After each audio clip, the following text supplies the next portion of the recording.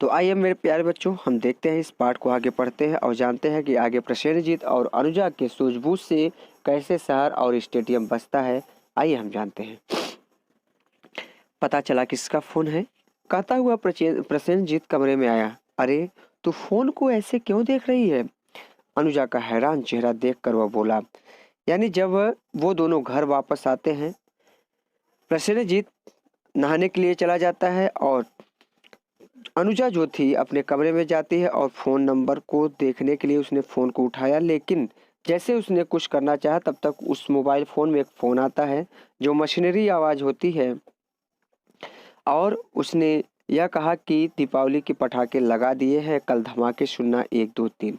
जब दोबारा अनुजा ने उस नंबर पे नंबर मिलाना चाहा तो मशीनरी आवाज आई कि यह नंबर इस समय बंद है।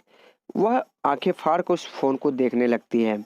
तब तक प्रसेनजीत उसके कमरे में आ जाता है और कहता है, पता चला किसका फोन है? यह सब कहते हुए प्रसेनजीत कमरे में आ चुका था। अरे, फोन को तू ऐसे क्यों देख रही है? अनुजा का हैरान चेहरा, घबराया हुआ चेहरा देखकर प्रसेनजीत बोलता है, भैया अभी एक फोन आया था। वह गर्मी में दिवाली की बात कर रहा था और अनुजा ने सारी बातें बताई। जब प्रसेनजीत ने अनुजा से पूछा कि पता चला किसका फोन है और तुम इतनी हैरान क्यों हो, तो अनुजा बताते कि भैया अभी एक फोन आया था। वह गर्मी में दिवाली की बात कर रहा था और अनुजा ने अब जो भी घटनाएं घटी वह उसे प्रसेनजीत को बताई। दिवाली के पटाखे जून के महीने में? प्रसेनजीत भी सोचते हुए बोला। जब अनुजा ने बताया कि दीपावली के पटाखे की बात कर रहा था तो प्रसेनजीत बोलता है, दिवाली के पटाखे और वो भी जून के महीने में? है ना हैरानी की बात? अनुजा बोली। अनुजा कहती है प्रसेनजीत से, भैया है ना हैरानी वाली बात? तुमने फोन वापस नहीं मिलाया? प्रसेनजीत कहता है कि तुमने फोन वापस नहीं मिलाया? मैंने फौरन वही नंबर मिलाया है, लेकिन तब तक फोन बंद कर दिया गया था। और भैया ताज्जुब की बात यह कि फोन की डायरेक्टरी में एक भी नंबर नहीं है। प्रसेनजीत अनुजा से कहता है कि तुमने दोबारा उस नंबर पर नहीं मिलाया, तो उसने तुरंत कहा कि मैंने इस नंबर पे तुरंत नंबर मिलाया, लेकिन नंबर बंद था। और भैया ताज्जुब की बात यह है कि इस फोन की डायरेक्टरी बिल्कुल नहीं है, इस मोबाइल फ़ोन में एक भी नंबर नहीं है। दिवाली के पटाखे जून में? प्रसेनजीत अभी वही बात सोच रहा था। अरे भैया, किसी ने मजाक किया होगा, अनुजा बात टालने के लिए बोली। प्रसेनजीत जो था वह सोचने लगता है दिवाली और जून के महीने में। यह बातें प्रसेनजीत सोच ही रहा था। तब तक अनुजा कहती, अरे भैया किसी ने मजाक किया होगा। अनुजा ने बात टालने की कोशिश की। मजाक तो हो तो भी गंभीरता से सोचना चाहिए। इसकी टेलीफोन की डायरेक्टरी एकदम खाली है, जरा देखो तो इस पर आए और इससे मिलाए गए नंबर में कोई नंबर हम मिला सकते हैं, प्रसेनजीत ने कहा। वह भी एकदम खाली था सिवाय उस नंबर को जिसे अनुजा ने सुना था। प्रसेनजीत कहता है, मजाक हो तो भी गंभीरता से हमें सोचनी चाहिए।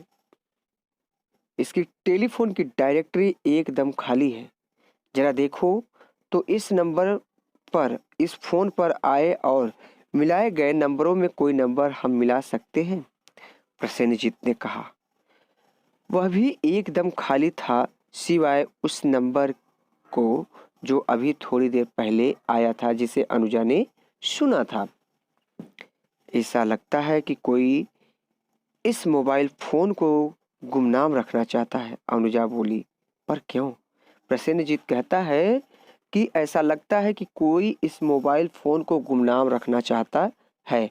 अनुजा बोली, पर ऐसा क्यों भैया? दिवाली के पटाखे? दिवाली में क्या क्या पटाखे होते हैं? फुलझड़ी, अनार, चरखी, रॉकेट, अनुजा गिनाने लगी। अनुजा से प्रसेनजीत पूछता है कि दीपावली के पटाखे? अच्छा ये बताओ दिवाली में कौन कौन से पटाखे होते हैं? अब अनुजा उसको पटाखे गिनाना शुरू करती हैं। फुलझड़ी, अनार, चरखी, रॉकेट, अनुजा इन सभी, और बम। प्रसेनजीत जल्दी से बोला, बम भी तो होता है दिवाली के धमाके करने के लिए। प्रसेनजीत अनुजा से जब अनुजा के द्वारा पटाखों का नाम सुना तो उसने तुरंत बोला, बम बम भी तो होता है दीपावली के पटाखों में, दिवाली के धमाके करने के लिए तो बम भी होता है। क्या मतलब? अनुजा प्रसेनजीत की बात समझ नहीं पा रही थी। देखो, इस फोन में कोई नंबर नहीं है। तुम्हारी बात ठीक है कि कोई इस मोबाइल फोन को गुमनाम रखना चाहता है। प्रसेनजीत कहता है, क्या मतलब? अनुजा कहती है, क्या मतलब? अनुजा प्रसेनजीत की बात समझ नहीं पा रही थी।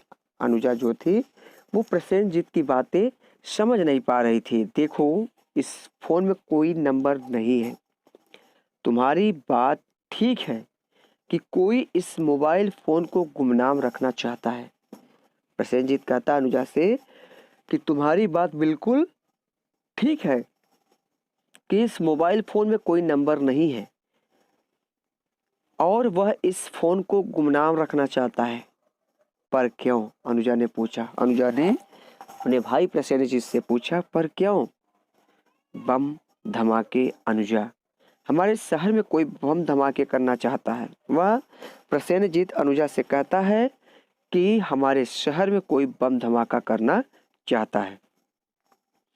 अनुजा और प्रसेनजीत सोचने लगे। अनुजा और प्रसेनजीत सोचने लगे, अरे इतनी महत्वपूर्ण बात मैं कैसे भूल गई। अपने सिर पर हाथ मारते हुए अनुजा बोली, कल हमारे नए क्रिकेट स्टेडियम का उद्घाटन होने वाला है। उद्घाटन करेंगे हमारे नगर से भारतीय टीम से खेलने वाले प्रसिद्ध खिलाड़ी सुनील सक्सेना।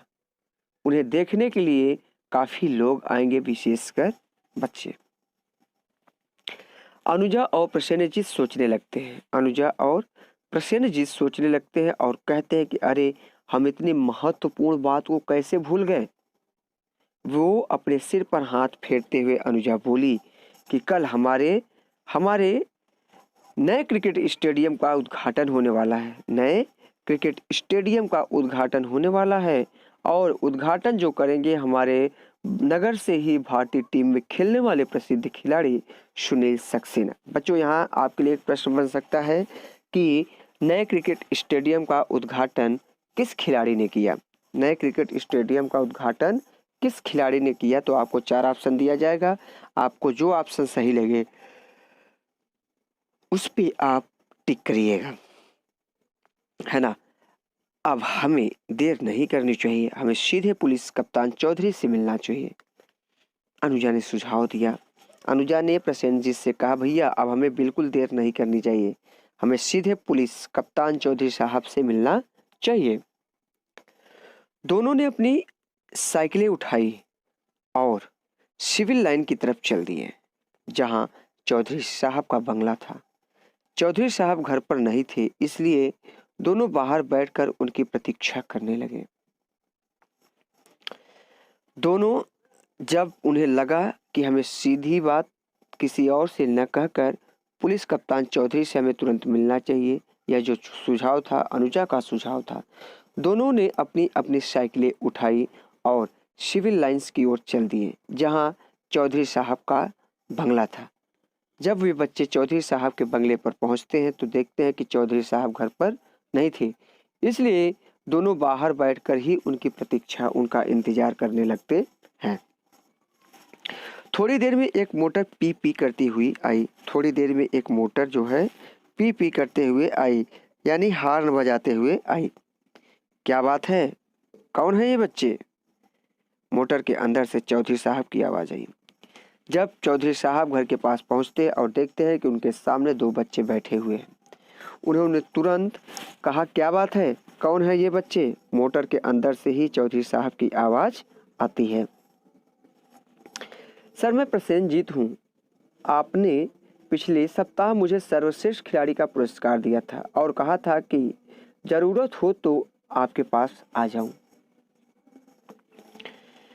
जब चौधरी साहब ने उन बच्चों के बारे में जानना चाहा और उनसे पूछा कि कौन है ये बच्चे, तो प्रसेनजीत कहता, सर मैं प्रसेनजीत हूँ, आपने पिछले सप्ताह मुझे सर्वश्रेष्ठ खिलाड़ी का पुरस्कार दिया था और साथ ही साथ यह भी कहा था कि अगर किसी भी चीज़ की आवश्यकता हो, किसी भी चीज़ की ज़रूरत हो तो वो हमारे पास आ जाए।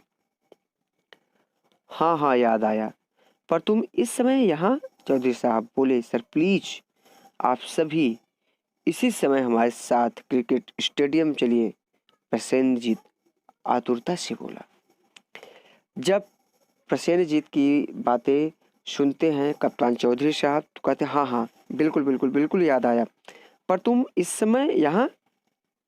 चौधरी साहब प्रसेनजीत से कहते हैं, सर प्लीज आप सभी इसी समय हमारे साथ क्रिकेट स्टेडियम में चलिए।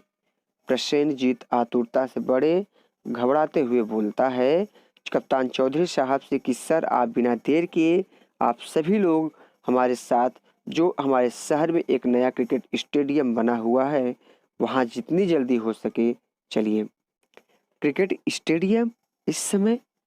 जब प्रसेनजीत की बातें कप्तान चौधरी साहब सुनते हैं और कहते हैं कि क्रिकेट स्टेडियम और वो भी इस समय? सर एक एक मिनट कीमती है, हम रास्ते में आपको सारी बात बता देंगे, अनुजा बोली। अब अनुजा जो है कप्तान चौधरी साहब से कहती है कि सर हमारे लिए इस समय जो है एक एक मिनट बहुत ही कीमती है, हम आपको रास्ते में अपनी सारी बातें आपको हम बता देंगे। ठीक है, मोटर में आ जाओ, साइकिलें यहीं छोड़ दो, कप्तान चौधरी साहब बोले। जब अनुजा ने कप्तान चौधरी साहब से कहा कि सर आप बिना देर किए हमारे लिए जो हमारा समय है एक एक मिनट बहुत कीमती है, हम आपको सारी बातें जो है रास्ते में ही हम बता देंगे।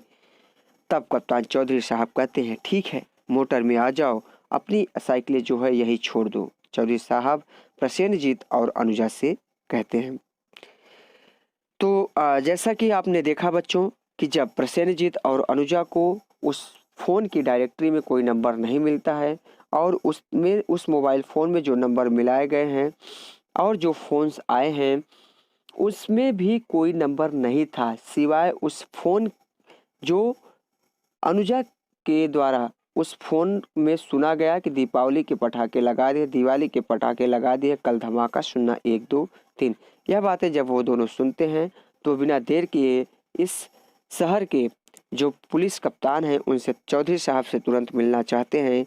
और वो जब बच्चे चौधरी साहब के घर पहुंचते हैं तो चौधरी साहब घर पर नहीं थे। थोड़ी देर बाद चौधरी साहब की गाड़ी आती है और गाड़ी के अंदर से ही चौधरी साहब ने कहा कि ये बच्चे कौन हैं, ये बच्चे कौन हैं? तो प्रसेनजीत तुरंत उठकर आता है और कहता है कि मैं सर प्रसेनजीत हूँ, आपने पिछले दिनों में मुझे सर्वश्रेष्ठ खिलाड़ी का पुरस्कार दिया था और साथ यह कहा था कि ज़रूरत पड़े तो आप हमारे पास आ जाओ। प्रसेनजीत की बातें सुनकर कप्तान चौधरी साहब कहते हैं, हाँ हाँ याद आया, पर तुम यहाँ इस समय क्या कर रहे हो? सर प्लीज़ आप इसी समय हमारे साथ नए क्रिकेट स्टेडियम में चलते, प्रसेनजीत चौधरी साहब से कहता है। वह प्रसेनजीत बिल्कुल घबराया हुआ था। तब तक उसकी छोटी बहन अनुजा कहती है, सर हमारे लिए एक एक मिनट बहुत ही कीमती है, हम आपको सारी बातें जो है रास्ते में हम बता देंगे। प्रसेनजीत और अनुजा की बातें सुनकर कप्तान चौधरी साहब कहते हैं, अच्छा ठीक है, तुम दोनों मोटर में आ जाओ और साइकिलें अपनी यहीं छोड़ दो। कप्तान चौधरी साहब दोनों बच्चों प्रसेनजीत और अनुजा से कहते हैं। तो मेरे प्यारे बच्चों, आज हम इस पाठ को यहीं तक रखेंगे और मुझे आशा और विश्वास है कि आप सभी लोगों ने पाठ को बड़े ईमानदारी के साथ, बड़े धैर्य के साथ, जो भी बातें आपको समझ में आ रही है उस पे आप अमल कर रहे हो।